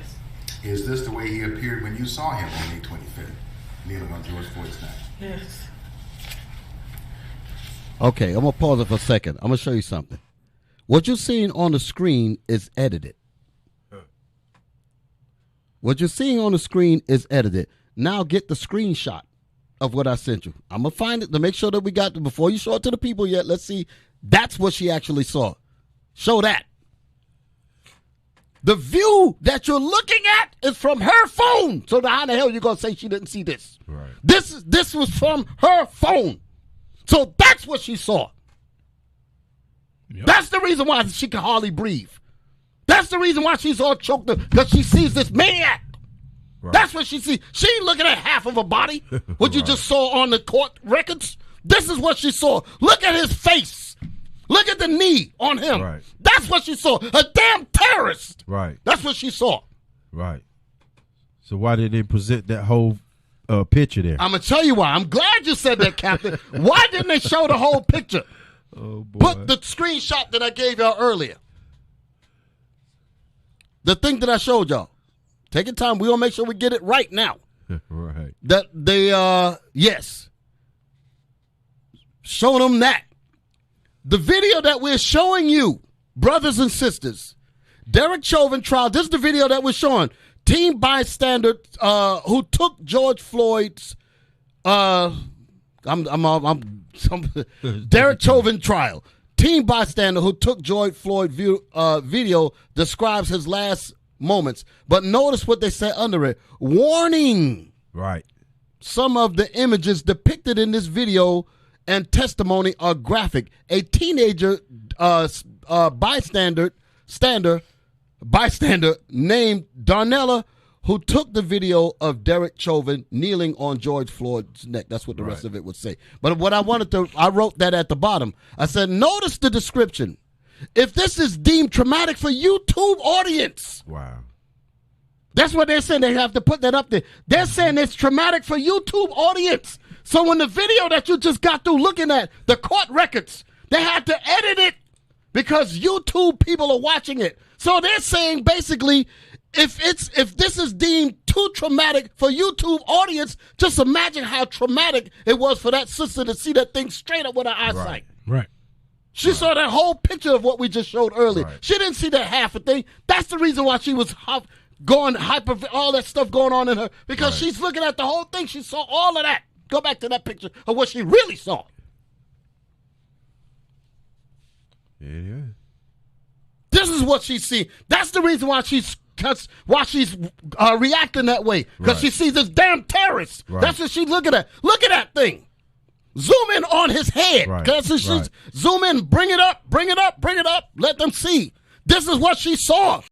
That could be my father. Right. Yep. That could be my brother. That could be my uncle. Right. That's what she saw. And I got to protect my little baby and put her in the store so she don't see this. That's what she saw. That's the reason why she went in there, and she had to come back out hoping that her phone worked, hoping that there's memory, hoping that the batteries is not weak. Evidence, yes. She hoping that, and got to film that long death. Right. Just like Mamie Till had to put aside her own grief to make sure that these bastards deal with her son the proper way. Remember that? She had to fight with city officials. Right. She had to put her own grief to the side. Yep. Same thing with Darnella. She had to put her own sadness, her own grief to the side to make sure that she get this on film. Right. 17 years old, while at the same time trying to protect my young daughter, my young cousin. That's the reason why that sister's responding that way. And that's an act of terror, brothers and sisters. Right. Know that. This is what she sees. Go back to the video. Move it up. Go back up to the face. Get him. Right. And he's looking at her. Right. Dead at her. Right. what? Right. He's looking at her. Like what? Right. Exactly. Yeah. What's going to happen to me? My people already got this. We going to say that he died later. Right. We got this. Mm-hmm. Your phone don't mean nothing. Right. And he's looking at her like a damn terrorist. Look how he's looking. Yep. Hands in his pocket. Hands it, because that's to put more weight. Right. That's to put more weight on him. And then if you see his foot, you can see that his right foot is up He's in the adjusting. air He's because adjusting. Right. He's adjusting. I know what he's doing. I ain't Right. gonna say how. He's I can see adjusting. it. He's adjusting to make sure that all of the pressure is on the neck. Right. Right. You can see it clearly. That's how you get your balance, to make sure that all of your weight is centralized on that knee. Right. Right. That guy that they had as a witness, he knew that. That MMA fighter, he knew that. When I heard him talking, I know he knew what he was talking about. Lord have mercy. So let's go back to the video now. Yeah, I know. Let's go. That little bit of hearing her breathe, because that was the part that I wanted to get to. Just back it up just a little bit, so now you'll know why she's going into it like that. Right. On George Floyd's neck. Yes.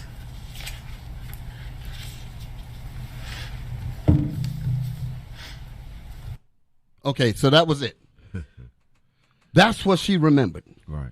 So she didn't just see that little short thing. She Right. saw that whole system there. Mm-hmm. Now, what I want to say to that, because I'm talking about trauma. And one thing to notice, that why is it that the screen was cut? Because the people that's controlling the broadcast, they know. Excuse me. Uh-huh. They are editors. They know how to deal. They know the effect of what goes over the air. Right. So they said, we can't show this whole thing. Let's give it to this way. Right. Right. But when that sister went out there, she saw the whole thing. Right. That's why she's terrorized. Let me show you how far this terrorism thing go. How does post-trauma work? That's the question. Think about it. It's actually passed down. The trauma that we suffered in slavery goes all the way down to Darnella, and Darnella was trying to prevent it from going even to the younger sister. Right. Exactly. Give me my book. Hold it. I'll tell you which one. Go give me my pictures that I sent y'all. I'm going to tell you exactly where to go. Give me the picture of the book first. They stole that one. Right there. Click that. We're going into this book. Show the picture. We're going into this book. Now I'm going to make the comparison. Go, keep that on the screen. Give me Derek Chauvin, the whole body. Also, because I'm going to bring those two together. I'm going to show you that the trauma was passed down to now. This is the book written by this brother named Richard Williams. The name of the book is called They Stole It, But You Must Return It. Okay? Now, go back to the book. Go back to the book. That's the picture that I want, but I ain't ready for it yet. Go back to the book. Now, let's go inside the book and get the thing, what they did to the black mother. I'm going to show you that this was passed down. This is in that book. Read it, like him. Come on with it. Chapter 3. What did white America do to the black mother? We're going to show you that the trauma that has been passed down from in slavery. What did the sheriff? The sheriff was a plantation owner. Right. His bastard ass. He's the same thing as what we talk about here. Right. Read. Nobody knows the trouble I seen. The slaves experienced a breaking in period. Trauma is what breaks you in. They broke us in through trauma. Mm-hmm. The trauma was used to break us. And that's the reason why they do terrorist acts to us, to break our spirit, to cause fear and doubt, to break your will to want to rise up, right? To break your ability to want to work with your brothers, to break your spirit, to boil you down to a slave where you be afraid to move, afraid to do anything. Terrorism is what did this. So when that Bible said what it said, the Lord said that because of our disobedience, he will appoint unto us terror. Nobody knows the damn hell that we've seen. Come on. And that's exactly what it says here. Nobody knows the trouble I've seen. Right. It's amazing that's up there. Yep. That's a little. Come on, read that thing again, man. The slaves experienced a breaking in period. During this period, it was the purpose of the slave owners to break the spirits of their slaves and mold them break the spirit of their captives. Excuse me. break the spirits of their captives. Which is slaves. You got the right words, but I want to read the words that's up there. Somebody think we reading something different. Yes, sir. Come on. And mold them into accepting. And what? And mold thus. That's what they did. Mold us into accepting a piece of garbage verdict of talking about justice, talking about something we can breathe. You can't breathe. Right. 6 people died immediately after that. The hell you mean you got justice? Read. And mold them into accepting the slave owners' inhumane expectations. Inhumane expectations. Damn. The thing has gotten so bad. Y'all show me a picture of Serena Williams. I don't want to jump off the boat, right? Y'all show me to mess us up so bad. You actually you want to get away from what you think is causing the problem. You think your color is causing you the problem, so you go and bleach and destroy yourselves. Damn. Yeah. So the money, the fame, and all that's not enough. Don't mean a damn thing. You still got a hole in your damn head. Right. Broken in your spirits. Read. I ain't done yet. Come on. To accomplish this inhumane expectation, this is what these demons would do. Come on. Blacks were forced to watch some of the cruelest acts ever witnessed by I'm bringing you mankind. back to what we dealt with Danella. She did not want her young cousin to be forced to watch this cruel execution. Understand what we're reading. This history is passed down. We pass it down. We nurse punk milk so you can understand. From our parents being traumatized, and it comes all the way down. We nurse the same fear. Read. To accomplish this, blacks were forced to watch some of the cruelest acts ever witnessed by mankind. One such act was a forced tying of a naked black of a naked black pregnant woman to a tree. Go ahead. The scared stares of her fellow slaves must have been pain to her mind. Let's slow down. This is what we got to think now. The scared stares of her fellow slaves must have been pain to her mind. George Floyd was looking at people, trying to help him. Right. Helpless. He's looking in their faces, and he can see in their faces that he saw death in their faces. He's the victim. He's on the ground being choked to death. And he's looking at people that wish that they can save him. The girl was crying. She said, I wish I could have done more to help my brother. All of those people wanted to help him. And he's looking at it. And he sees that they're helpless in helping him. And he's picking that up, that they know that they're helpless. And if they're helpless to help me, I'm surely going to die. That was how he died. That was how he died. But just imagine how Christ died. And when Christ come back, he coming back to kick pure ass. And I'm glad he's coming back with that thing with his big black feet. Right. He gonna split asses wide open when he come back. Bring it out. I can't wait. Right. Read that again. The scared stares of her fellow slaves must have been pain to her mind. Just like George Floyd, it must have been pain in his mind because you had the brother. The brother was like, hey, listen, this and that. He was talking to him, and he knew that his brother couldn't even help him. And he could see, George Floyd can see in the minds of the people that were standing there that they could see death. He could see death on their faces while he was dying. Go ahead. The sun that once soothed her must have been pain to her body. Come on. But the greatest pain of all must have been the sight of the white maniac, the slave owner. Now you see the reason why I went here. The white maniac. The white maniac. Read that statement again. But the greatest pain of all. But the greatest trauma, the greatest pain. Listen now. The greatest pain was what? Must have been the sight of the white maniac, the slave owner. Go back to the demon. Go back. Yeah. That's the reason why the sister was responding that way, because when she saw him, that same kind of emotion came over her. Yep.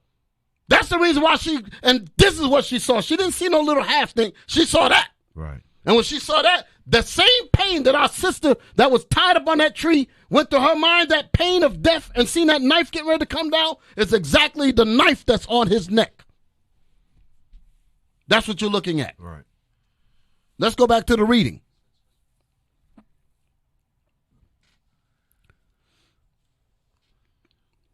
To accomplish this, blacks were forced to watch some of the cruelest acts ever witnessed by mankind. So, what the hell you mean that we right didn't get treated the worst? The Bible says the worst happened to Israel, happened to us. Right. Give me that, Daniel. Give me that real quick. 12. Give me that. Daniel, chapter 9, verse 11.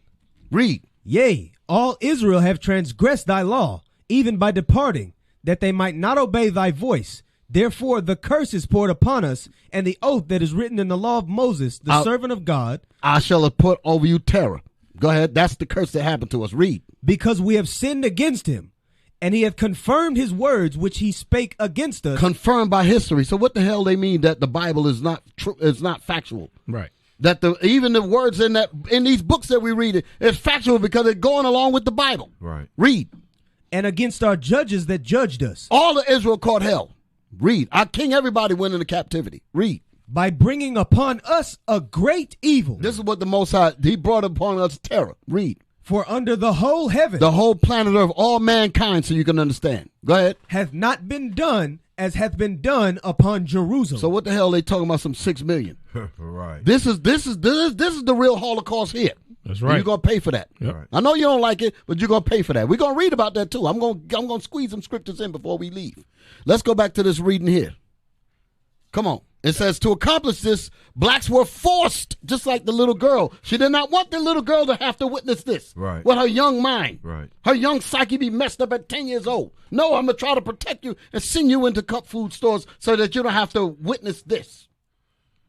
So it says, to accomplish this, blacks were forced to watch some of the cruelest acts ever witnessed by mankind. One such act was a forced tying of a naked black pregnant woman to a tree.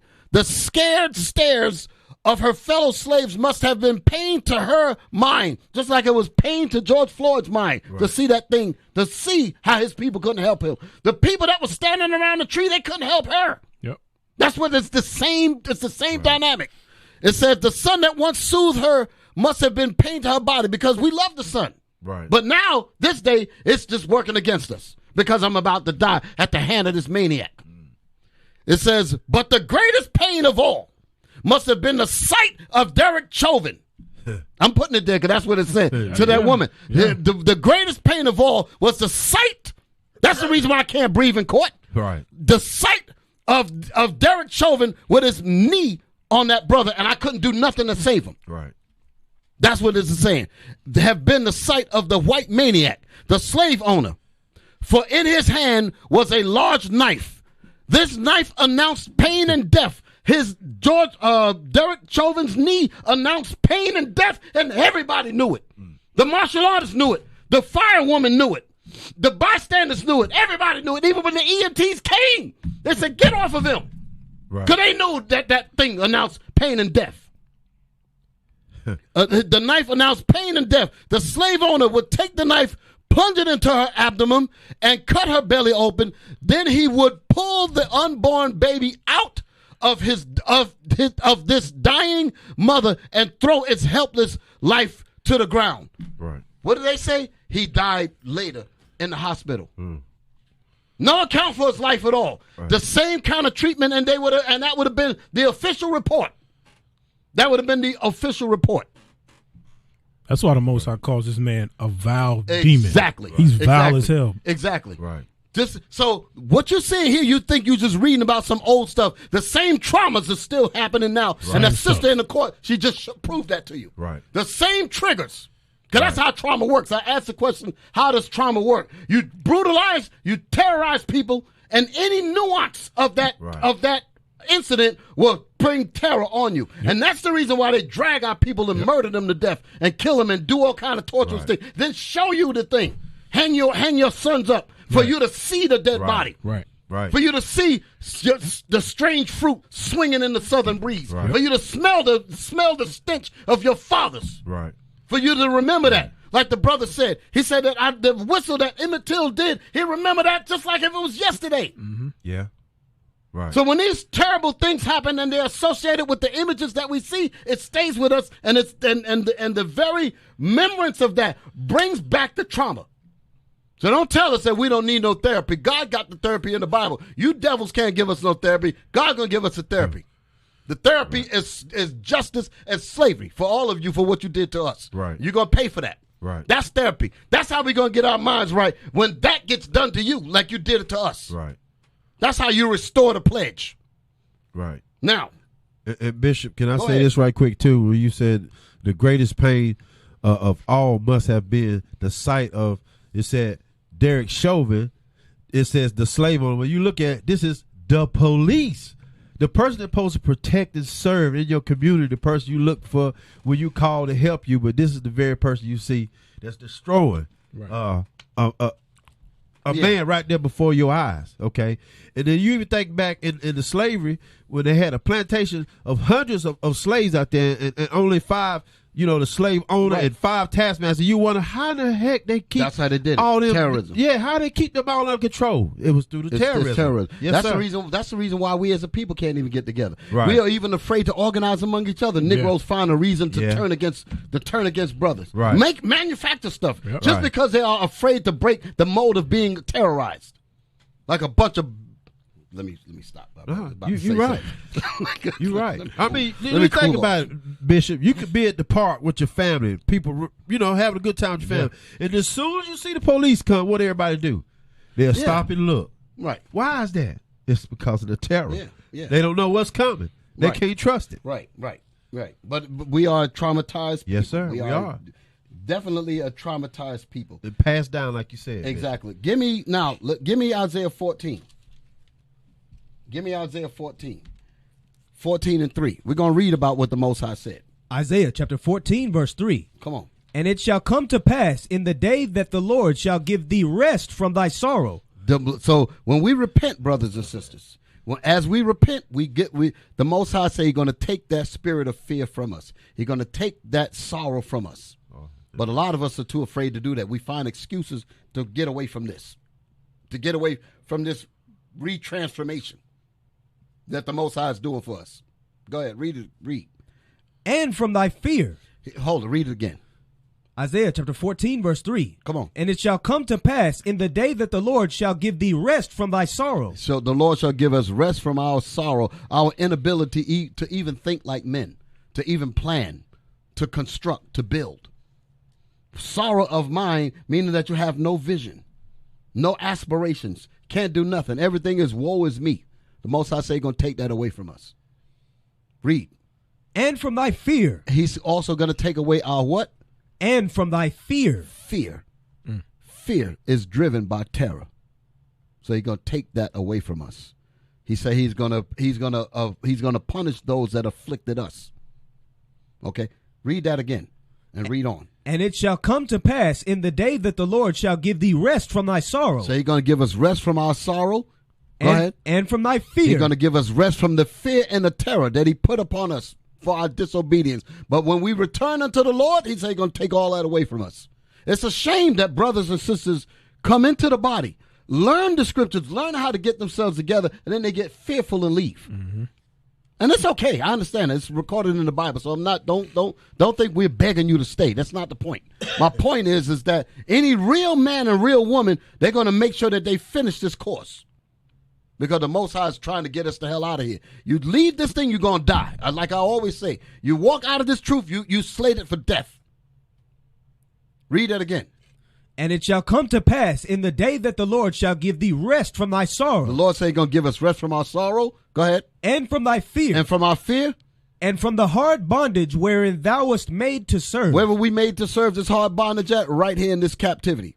All over this planet. Everywhere that we serve captivity, the Most High say He's going to take us out of there and He's going to give us back our homeland. Give me the first verse. Isaiah chapter 14, verse 1. Come on. For the Lord will have mercy on Jacob. Because we need mercy. That sister need mercy. Sitting up there in court, her young self got to witness that kind of thing. She need mercy. We need mercy. We all need mercy. Let us do the right thing and let the Most High work with us to build us up like brothers and sisters. We got 2 more episodes to go in this. I'm just giving it to you in stages, okay? Because the next week Lord willing, I want to get into the way that we justify trauma. I'm going to bring that out. We actually justify trauma. In other words, we make trauma, we normalize trauma. We normalize it, because if we don't normalize it, we will go crazy. Right. Because your spirit will say you're not living properly. Yep. And it will torment you. Yep. It will torment you. Just like that character in Them. What you gonna do? That's what your conscience will constantly do to you.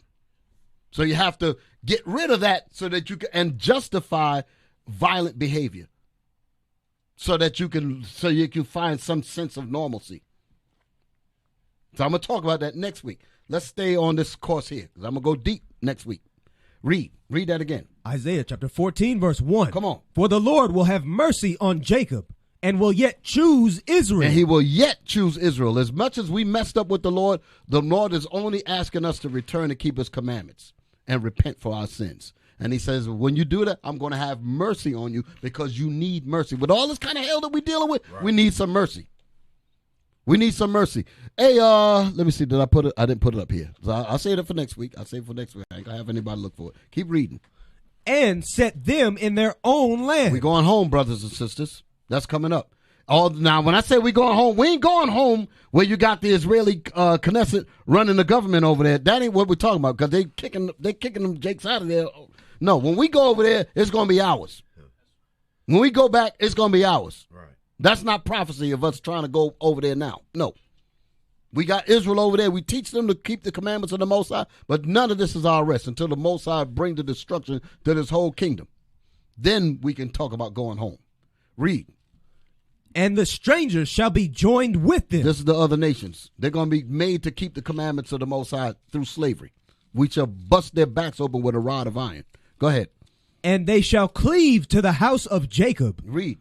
And the people shall take them. And we're going to take our captives. And bring them to their place. And we're going to bring them to their place, which is slavery. Read. And the house of Israel shall possess them. And the Israelites shall, the ones that God's going to have mercy on, he said that we shall possess the nations. Go ahead. In the land of the Lord. In the kingdom. Go ahead. For servants and handmaids. Meaning the kingdom that's going to be on earth as it is in heaven. We're going to possess them.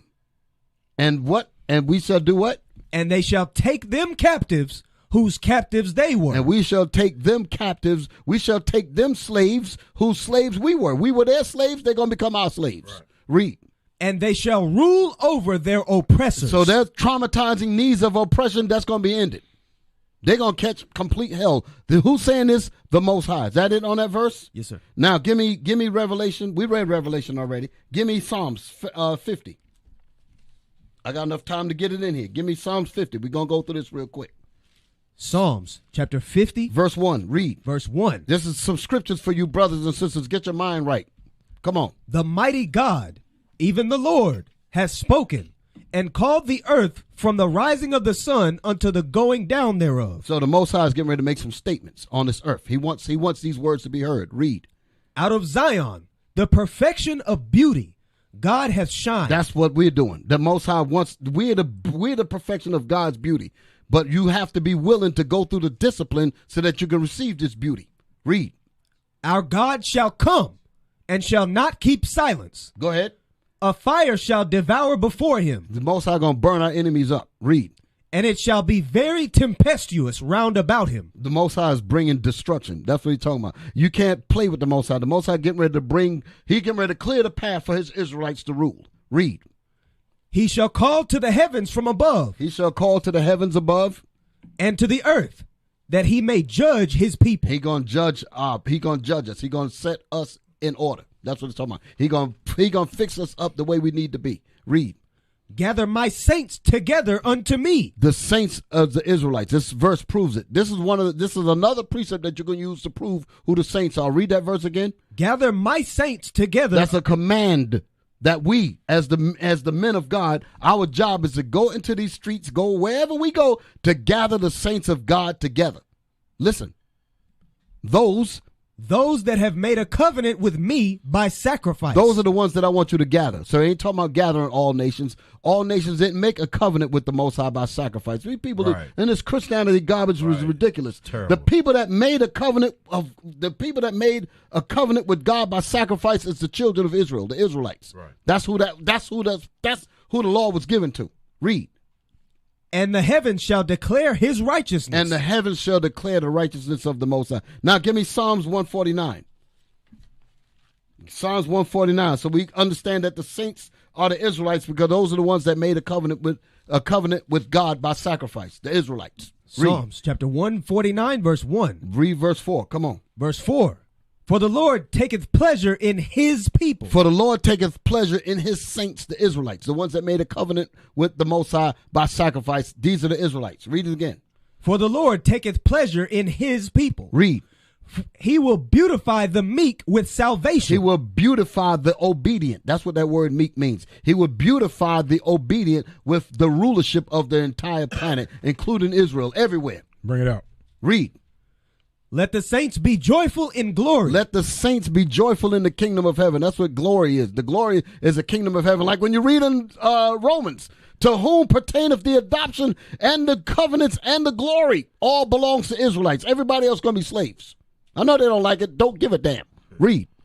Let them sing aloud upon their beds. Let the Israelites sing aloud upon our beds because they say he's going to give us rest from this captivity. We're going to get some rest that day. The sorrow going to be gone. The fear going to be gone. And we ain't going to be tired. Nothing. We're going to run this planet like the planet is begging for us to get back in charge because it's suffering. Yep. And it's waiting for the manifestation of us to get our stuff together. And that's what this Bible is talking about doing. Read. Let the high praises of God be in their mouth. Let the high praises of this Bible be in our mouths. We're going to be talking the judgments of God. That's what it's talking about. We're going to be executing that. Read. And a two-edged sword in their hand. The two-edged sword in our hand is a killing instrument. So you can understand, an instrument of obedience. That's what it's going to be. Instant obedience. Anything that goes against the words of God out of that Bible, going to be instant death. Read. To execute vengeance upon the heathen. To execute vengeance upon the nations. Everybody that's outside of the scriptures, gonna get it. Go ahead. And punishments upon the people. And the ones that don't get that sword, they're going into chains. Go ahead. To bind their kings with chains. That's crystal clear. We're gonna bind their kings with chains. This is the kind of therapy that Donella needs. This is the kind of redemption and mind fixing that our people need that went through all of this trauma. This is how the trauma is going to be alleviated. Justice. This is the justice here. You people are crazy thinking about that we're going to get some justice in the system. Like I said, get whatever little measure that you can get to make your lives a little easier, but that ain't going to compare to nothing to what you're actually supposed to get. I got you. Read. To bind their kings with chains and their nobles with fetters of iron. Their kings and their popes, all that, they're going into fetters of iron collars around their neck, around their wrists and ankles. Slavery. Who's saying this? God. Read. To execute upon them the judgment written. To execute upon them the Bible. To execute upon all the nations the Bible. So you're going to find out that it's real in that day. The Bible going to be executed upon you. The judgment. What is the judgment? He that leadeth into captivity shall go into captivity. That's going to be executed upon all of the nations. Is that it? This honor have all his saints. This is an honor. The Most High is honoring us. He's going to honor those of us that was afflicted. He's going to honor us with salvation and power. Because that's what we need. Praise that's what we're going to get. What did David say? Oh, this was Asaph. Praise ye the Lord for that thing. Praise God for that thing. Give me Psalms 91. Give me Psalms 91. Read. Psalms chapter 91. Verse 1. Verse 1. He that dwelleth in the street place. No, come on now. What's going on now? He that dwelleth in the secret place of the Most High. He that dwelleth in the secret place. Oh, the secret place. The secret place. So this is letting you know that this place that the Most High talking about us dwelling ain't in these multiple churches. Right. Okay? The secret place of the Most High is his commandments. These churches ain't teaching you that. Right. Read that again. He that dwelleth in the secret place of the Most High shall abide under the shadow of the Almighty. Under the shadow of the Almighty, we're protected when we keep God's commandments. Read. I will say of the Lord, he is my refuge and my fortress.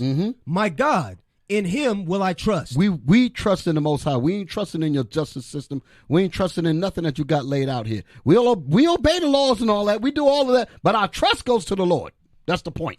Our trust goes to the Most High. Read.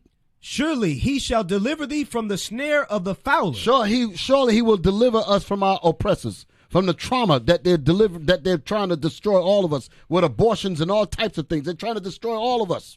The Most High say he's going to deliver us from that. It's not an accident that you're still here. And you're not here. You're not still on this earth because of the mercy of the so-called white man. You're here because of God. Give me that in Lamentations. You get it. Lamentations 3:22. You keep reading. Some people think they say, oh, the white man gave y'all some liberties and that's the reason why we're still here. You out of your doggone mind. The reason why we're still here is because of God. Right. Read that. Lamentations 3:22. The book of Lamentations, chapter 3, verse 22. It is of the Lord's mercies that we are not consumed. That's who's in charge of that thing. Yeah. It is of the Lord's mercies that we are not consumed.